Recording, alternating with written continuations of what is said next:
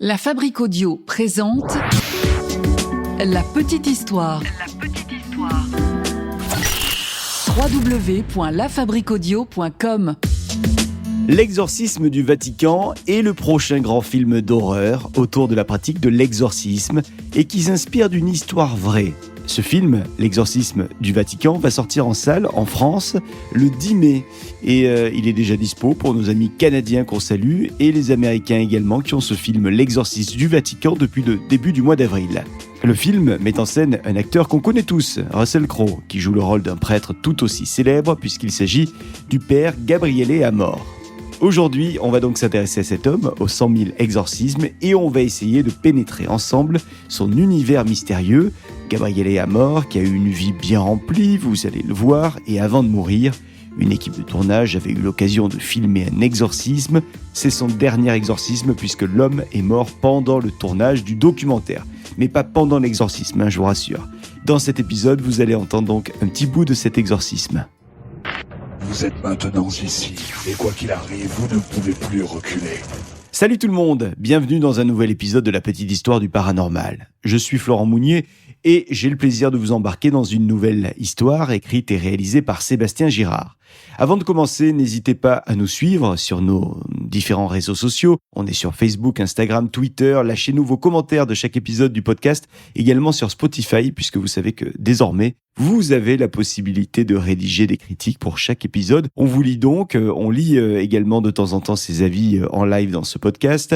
Et donc pour cet épisode, je vous demande précisément de nous dire si vous comptez aller voir ce film, L'exorcisme du Vatican. Et nous, on vous donnera également notre avis sur ce film. On va prendre notre courage à deux mains. Et avec Seb, on va aller le voir. On vous dira donc ce qu'on en a pensé. Nous sommes en Italie. C'est là que Gabriele Amor est né, à Modène, le 1er mai 1925 précisément. Et il est mort il y a quelques années, c'était le 16 septembre 2016 à Rome. Gabriele Amor a grandi dans une famille très croyante, une famille catholique, une famille engagée au sein de l'Action catholique. Il a donc été bercé par les rites religieux et quand il est devenu étudiant, tout naturellement, il a rejoint la Fédération des universitaires catholiques italiens. La Seconde Guerre mondiale est passée par là, puis à la fin de cette guerre, Gabriele est rentré chez les jeunes chrétiens démocrates pour en devenir, à 22 ans à peine, le délégué national adjoint. En parallèle, Gabriele a obtenu un diplôme en droit, puis il est rentré dans la Société de Saint-Paul à Rome. Et il est devenu également, plus tard, directeur d'une revue et puis membre de l'Académie pontificale mariale internationale. L'Académie pontificale mariale, qui est un institut d'études et de recherche qui met Marie, mère de Jésus-Christ, au centre de sa spiritualité. C'est donc, vous le voyez, un CV plutôt chargé pour Gabriele, qui est un homme, vous vous en doutez, très actif. Il ne s'arrête jamais, Gabriele. Et d'ailleurs, en 1986, il va être nommé exorciste du diocèse de Rome. Et il va même devenir assistant du cardinal Ugo Paul, à qui il va d'ailleurs succéder en 1990. Et c'est dans cette période, jusqu'en 2007, que Gabriele aurait réalisé le plus d'exorcismes. Tenez-vous bien, on parle de 50 000 à 100 000 exorcismes.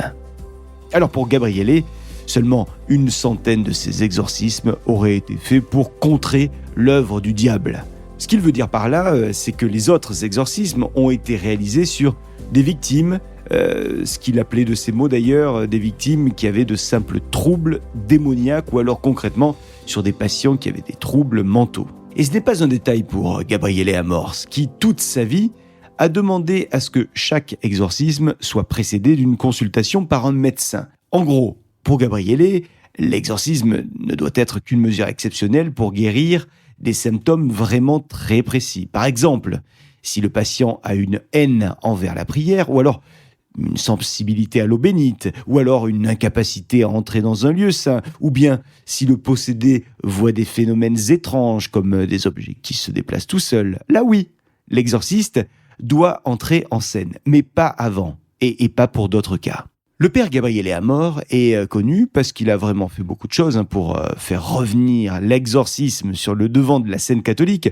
Ce qu'il a déploré toute sa vie finalement, ce Gabriele, c'est que la société semblait attacher de moins en moins d'importance à l'existence du diable Et il sentait bien que de nombreux hommes d'église ne croyaient plus du tout en l'exorcisme. Et comme lui, il était à fond dans ce champ de connaissances, il a donc tout fait pour que l'exorcisme prenne plus de place dans la société.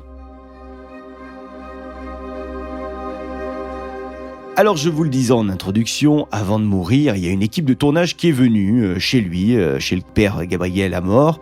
Et cette équipe de tournage, elle a eu l'occasion de filmer un exorcisme du père Gabriele.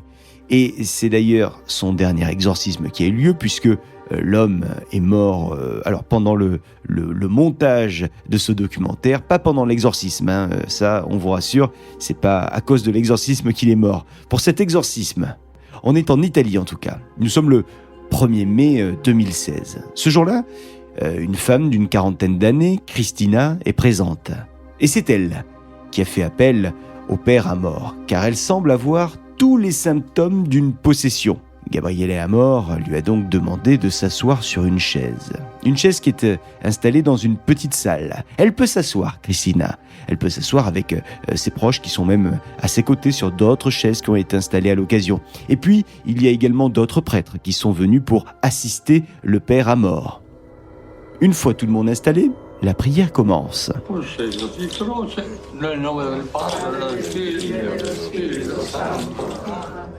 Et le père commence, comme d'hab, par faire une grimace au diable. Ça, c'est histoire de le provoquer et de le faire sortir de ses gonds. Le père Gabriel Amor pose sa main sur la tête de Cristina et il commence son exorcisme.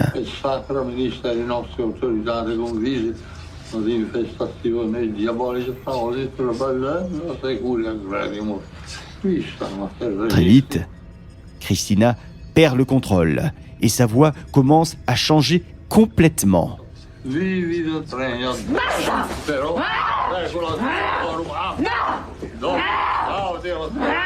Au plus les minutes passent, au plus Cristina s'énerve, au point qu'ils doivent s'y mettre à 3 pour la maintenir sur la chaise. Cristina semble désormais être en transe. Elle semble être ailleurs. Elle parle même une langue étrangère, tout à fait incompréhensible.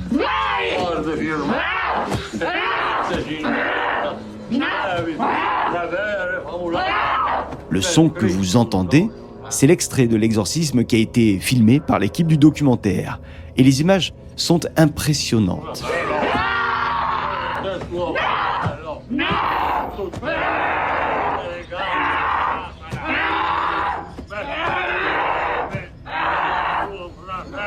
Les hommes qui la maintiennent sont plutôt baraqués, plutôt costauds, mais ils semblent lutter réellement pour maintenir ce petit poids. Cristina, qui n'a pas une carrure de boxeur.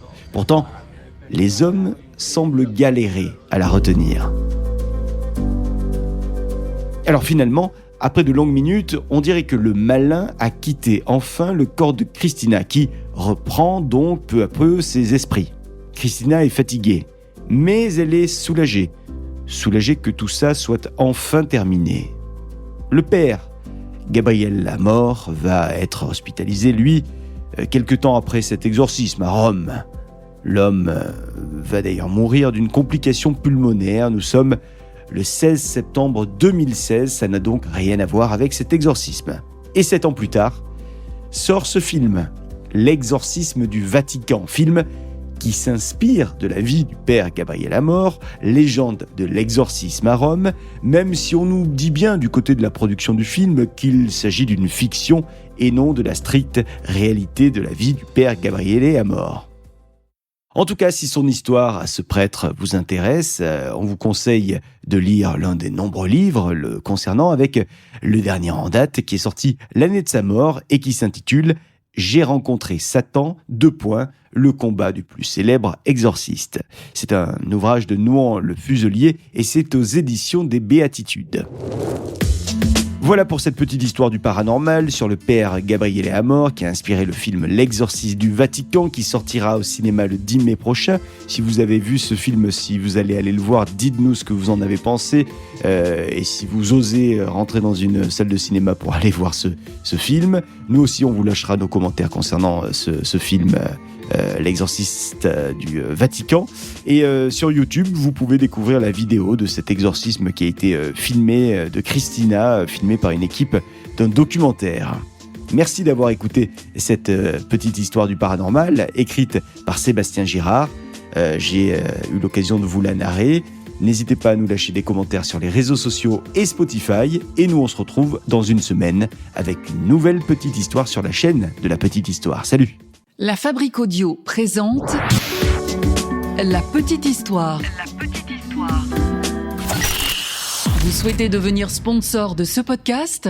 Contact @lafabriqueaudio.com. Avant de se quitter, je vous rappelle que nous ne faisons pas que des histoires paranormales, nous faisons également des petites histoires sur la grande histoire. Quoi qu'il en soit, si vous souhaitez sponsoriser l'un de nos épisodes ou plusieurs épisodes, faites-le nous savoir, on vous attend sur les réseaux sociaux, mais aussi par mail contact@lafabriqueaudio.com, la fabrique avec un K.